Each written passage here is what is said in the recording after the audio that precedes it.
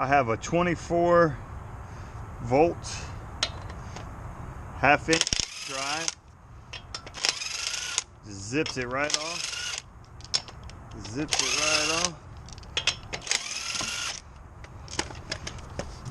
And I always have cardboard on the ground just because it's a lot better. Doesn't tear up your clothes.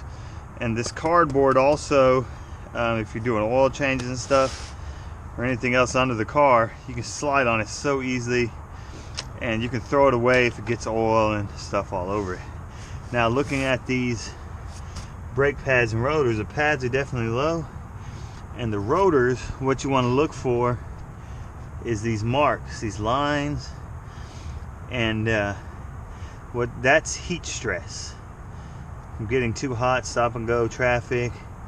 And what you'll experience with a heat stress rotor like this, even if your brake pads are good, you'll experience vibration like coming off the freeway or high speeds.